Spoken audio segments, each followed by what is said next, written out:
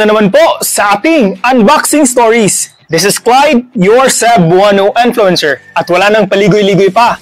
Let's check this out. Tignan natin tong Corsa new version nila. This is very interesting because this is an entry-level race-ready helmet. Sobrang ganda nito. I have here the two colors. This is the matte black and the glossy white na may touch ng pink. As you can see, this is so nice. Actually, matagal na ni-release sa market ang Corsa. Kaso, this is the newest version and model. They feature a minimalist look design. Just look at this.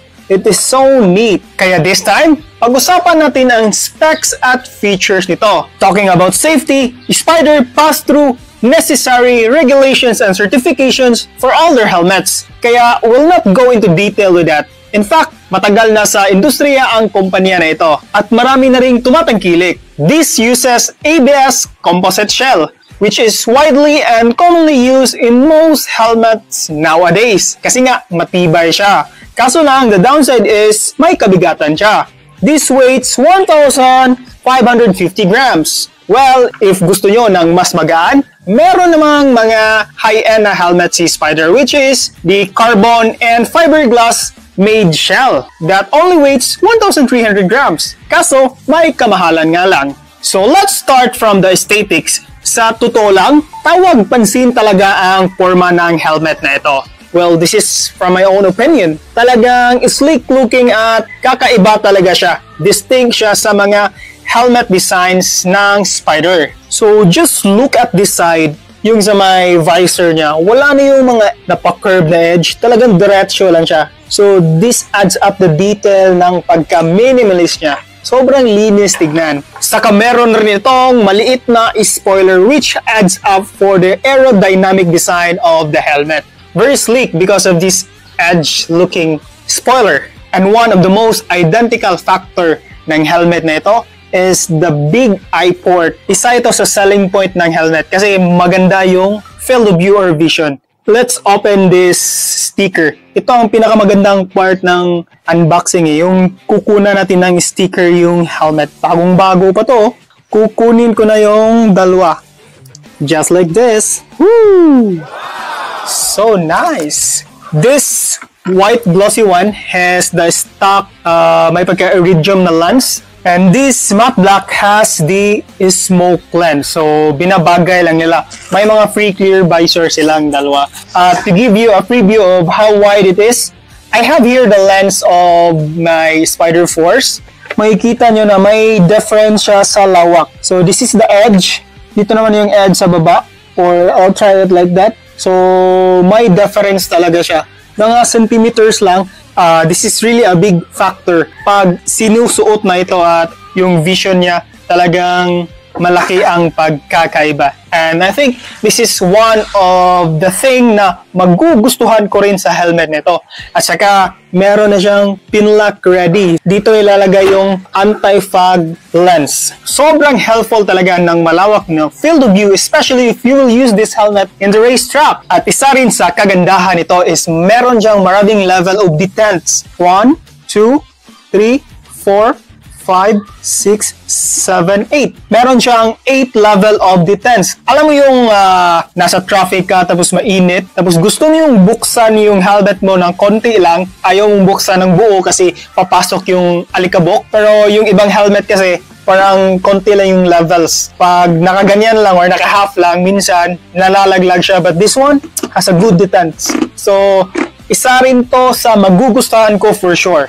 At saka, this is also a dual visor helmet. So, the dual visor is a smoke lens. And sa totoo lang, ang ganda ng feels ng locking mechanism niya.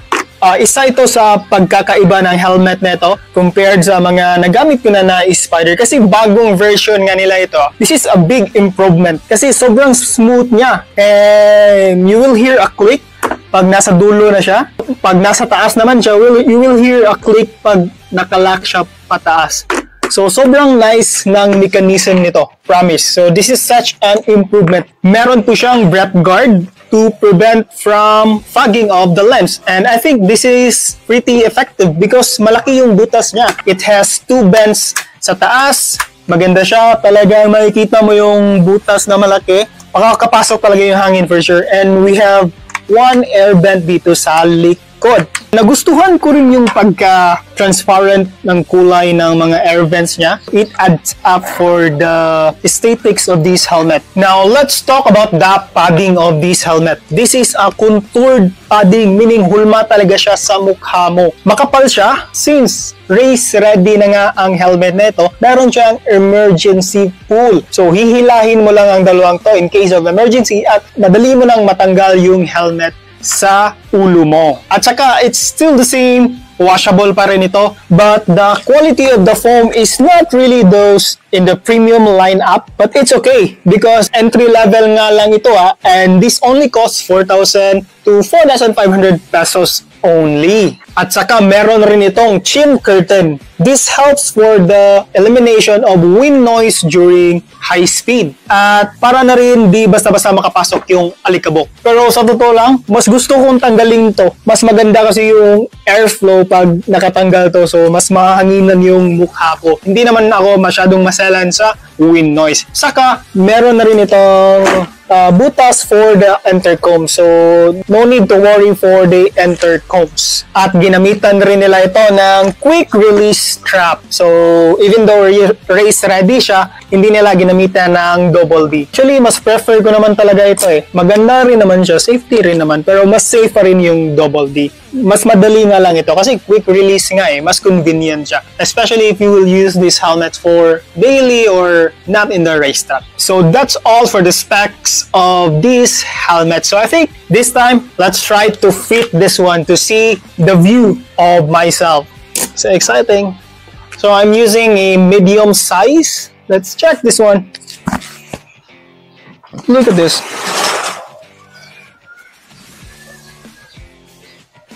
This time, itong white naman yung try nating i-fit.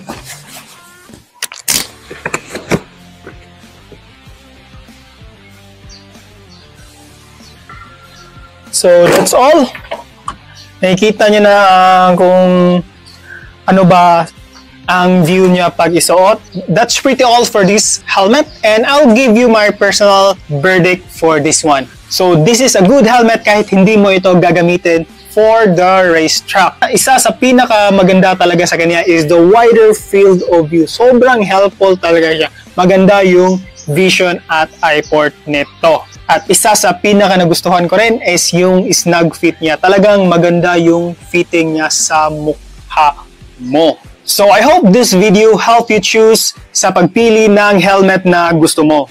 And if you want to check other reviews ng helmets, please check out the videos na nakapin sa taas ng video na ito. So hanggang dito na lang tayo. Ride safe sa ating lahat at maraming salamat sa suporta. Bye-bye!